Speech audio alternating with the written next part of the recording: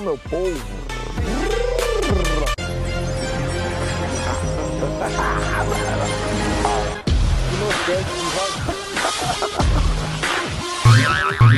O Brasil ocupa a posição de número 105 num ranking de 180 países mais corruptos do mundo. Aí você pode me perguntar, o que um programa de empreendedorismo tem a ver com isso? Para mim, a grande trava, o grande câncer do país é a corrupção. Hoje nós vamos conversar com uma delegada que foi afastada porque luta incansavelmente contra a corrupção no nosso estado. Ela iniciou sua carreira pública aos 17 anos, aos 25 estava lecionando e aos 26 já assumiu como delegada. Patrícia Domingos, muito obrigada. Muito obrigado, um prazer conversar com você. Bom, o prazer é todo nosso, né? A gente está tendo a oportunidade de poder falar um pouco sobre esse tema que é tão relevante, né? E que hoje é a grande demanda da população. Vamos direto ao assunto. Como se deu esse lance do DECASP? Bom, falando um pouquinho sobre a DECASP, né? Uma delegacia que existia há mais de 20 anos, né?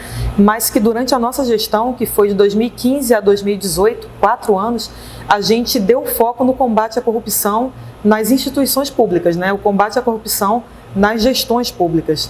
E em outubro do ano passado, de 2018, a gente foi surpreendido porque nós fizemos uma operação policial muito relevante sobre a máfia da merenda no dia 11 de outubro e no dia 18 de outubro, o governador de Pernambuco propôs um projeto de lei criando um novo departamento e extinguindo a DECASP, né? Um projeto de lei que foi tramitado em regime de urgência e uma urgência que ninguém conseguiu explicar a razão da urgência porque não tinha nem sede para o novo departamento.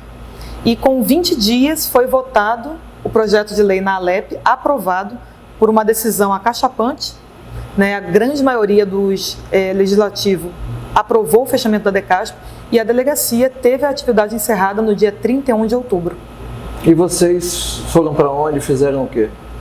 Eu fui convidada para fazer parte do novo departamento, que é o DRACO, né, Departamento de Repressão ao Crime Organizado, só que num cargo comissionado, numa função meramente administrativa, né? E na época eu rejeitei o convite e me ofertei para trabalhar num cargo menor. Inclusive eu sairia muito mais barato para a administração pública, né? Eu me ofertei para continuar sendo delegada de uma das novas delegacias criadas, para que eu pudesse continuar à frente das investigações que já estavam comigo. E eu fui rejeitada para trabalhar no DRACO. Só queriam realmente que eu trabalhasse numa função administrativa e eu falei, eu não tenho interesse, meu interesse é continuar como investigadora. Eles não me quiseram na equipe do DRACO e eu fui alocada numa delegacia de homicídios.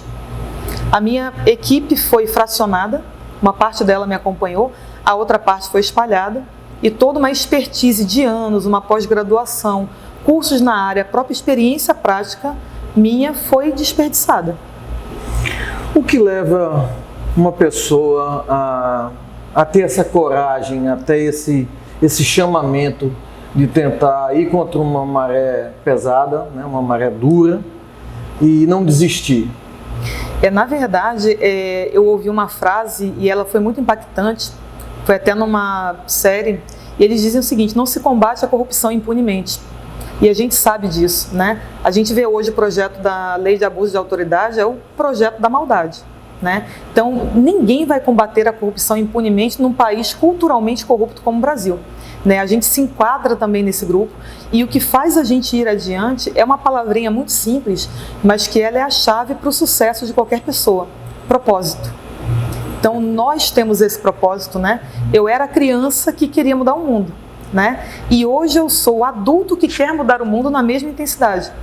Então, o sonho de criança de eu quero contribuir para um mundo melhor é o sonho e é o propósito que hoje eu adulta carrego, né? E não abro mão. Eu falo para as pessoas o seguinte, nós temos as rédeas das nossas vidas ou nas nossas mãos, ou a gente entrega a alguém, ou a gente solta e deixa o destino levar. E eu seguro as rédeas da minha vida firmemente. Então, meu propósito de contribuir para uma sociedade mais justa é o que me faz ter a coragem de enfrentar todo um sistema, né, de corrupção, onde os corruptos têm uma capilaridade incrível, estão espalhados em vários órgãos, né, que resultam em coisas como nós vemos aí hoje no Brasil. A aprovação de projetos de lei absurdos, fechamentos de delegacia, a delegacia do Tocantins também foi fechada, né, então é o propósito que nos move. O convite do Sérgio Moro? O convite do Sérgio Moro foi real, né? Algumas pessoas têm essa dúvida. Inclusive, foi uma barbárie que aconteceu quando espalharam a fake news de que o convite não era real, o que me fez pegar o ofício de Brasília, do Ministério da Justiça, com o convite e levá-lo a um cartório e registrá-lo. Eu precisei registrar em cartório um documento, porque, na verdade, não só a delegacia foi fechada, como hoje nós passamos por um processo de assassinato de reputação, que é realmente mais um dos efeitos colaterais de combater a corrupção. O corrupto ele não tem escrúpulos, ele destrói a reputação de um bom profissional, destrói uma carreira sem pensar em duas vezes. Então o convite foi real, eu aceitei o convite, passei por um processo seletivo, encaminhei currículo, tem toda uma análise, e uma semana depois da realização da expedição do ofício com o convite para que eu fosse trabalhar em Brasília, eu fui informada por um servidor que trabalha dentro da Senasp lá em Brasília, fui informada por ele que o governo de Pernambuco não autorizou a minha ida a Brasília. Como eu sou funcionária pública de Pernambuco, tem que ter autorização e não foi autorizado. Ou seja, você está brigando com gente muito grande, né? Mas na verdade eu trabalho muito com resiliência, né? É aquela história, já que eu não pude ir para Brasília, eu tornei a minha continuidade em Pernambuco muito mais produtiva, né? Então, talvez tenha até sido bom, né? De tudo a gente tem que tirar o lado positivo. Como é que está isso agora? Bom, hoje eu estou no gozo de uma licença prêmio, eu vou passar 6 meses fora da polícia, é uma licença que a cada 10 anos, sem falta, o servidor tem direito a 6 meses, e eu hoje estou com outros projetos, né? Eu voltei a lecionar em pós-graduação, e o meu projeto do coração mesmo, que é ligado ao meu propósito, é o projeto do Não Vão Calar a Minha Voz. Então, já que dentro da polícia eu não posso mais investigar a corrupção, eu hoje conclamo a população a fiscalizar junto comigo. Então, o meu projeto, audacioso, confesso, mas é formar um exército de cidadãos fiscalizadores. Então, hoje a gente ministra palestras gratuitamente, a gente já vai em mais de 20 palestras, para diversos grupos, instituições de ensino, pessoas da comunidade que se organizam e chamam a gente para palestra, e a gente ensina o cidadão a fiscalizar. Não só não calaram a minha voz, como a minha voz será multiplicada por 1000. Pode contar comigo. Muito obrigado. Mais 1001. É isso aí, tamo junto. Os números da Decasp são muito intrigantes, né? Me fala um pouquinho do tamanho dessas operações. Sobre as operações, nós realizamos ao longo de 4 anos, eu presidi 13 operações policiais. Nessas 3 operações, a gente conseguiu a primeira prisão de um prefeito em exercício no estado de Pernambuco, em 2016. A maior apreensão de dinheiro em espécie até hoje da história da Polícia Civil. Foram 2 apreensões de 1,5 milhão cada uma, em operações distintas.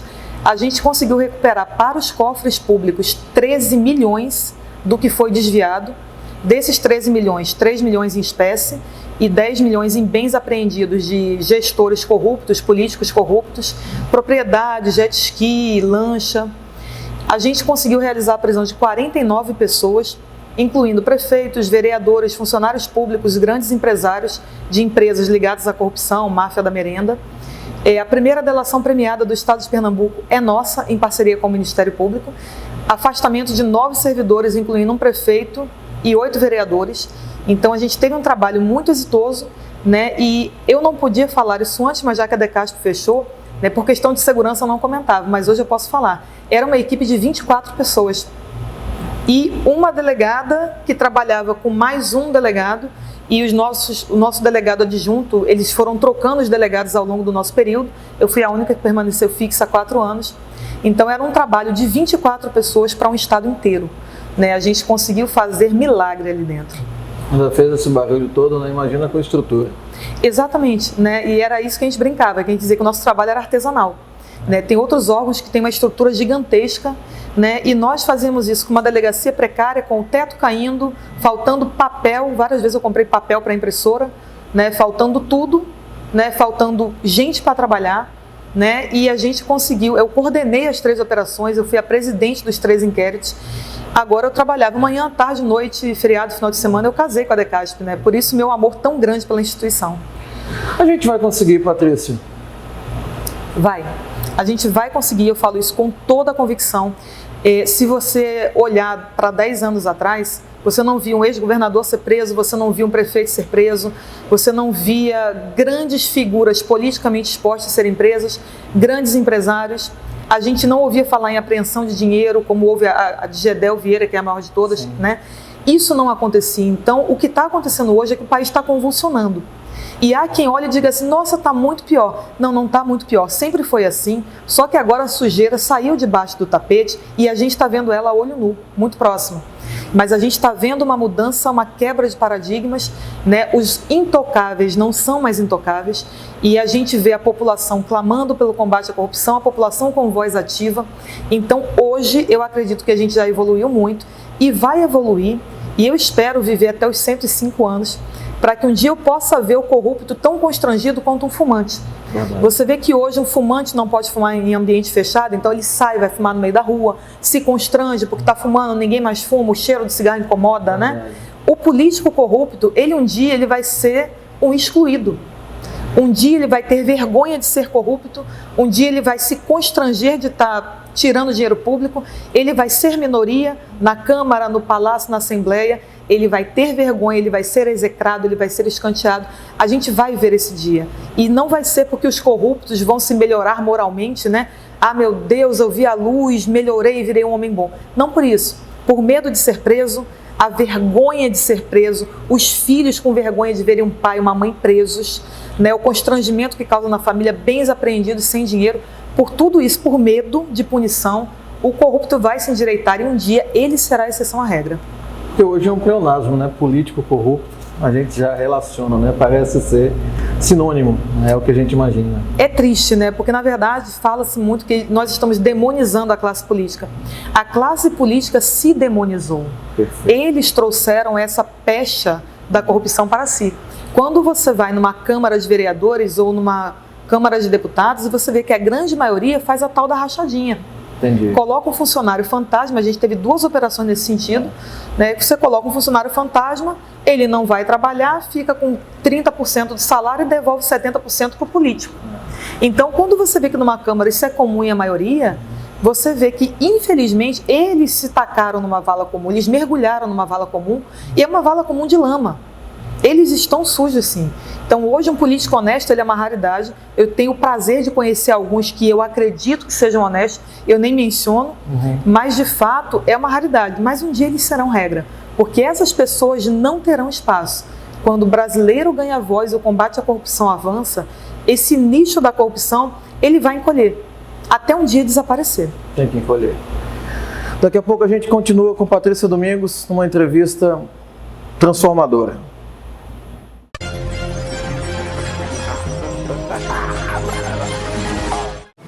Para fazer em 25 anos? Montar um quebra-cabeça de 25 mil peças ou abrir uma banquinha de revistas em Boa Viagem, que passaria a servir cerveja bem gelada, petiscos e carne de bode. A iguaria logo ganhou fama e ficou mais famosa do que o boato que Tapacró estourou. E assim a banca virou bar, depois restaurante, mas sem perder as raízes. Ufa! Ainda bem que transformaram a banquinha de revista em bar. Afinal, ninguém faz amigos fazendo palavras cruzadas. Entre amigos o bode. A vida fica melhor entre amigos. Se beber, não dirija.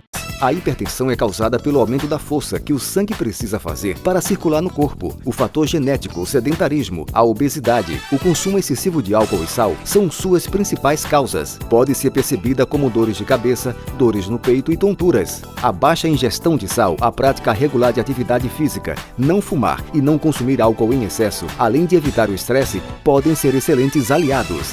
Seja mais grato, seja mais saudável, viva mais leve, viva mais feliz. Um oferecimento: Drogaria Setúbal, preço baixo e sua saúde em dia.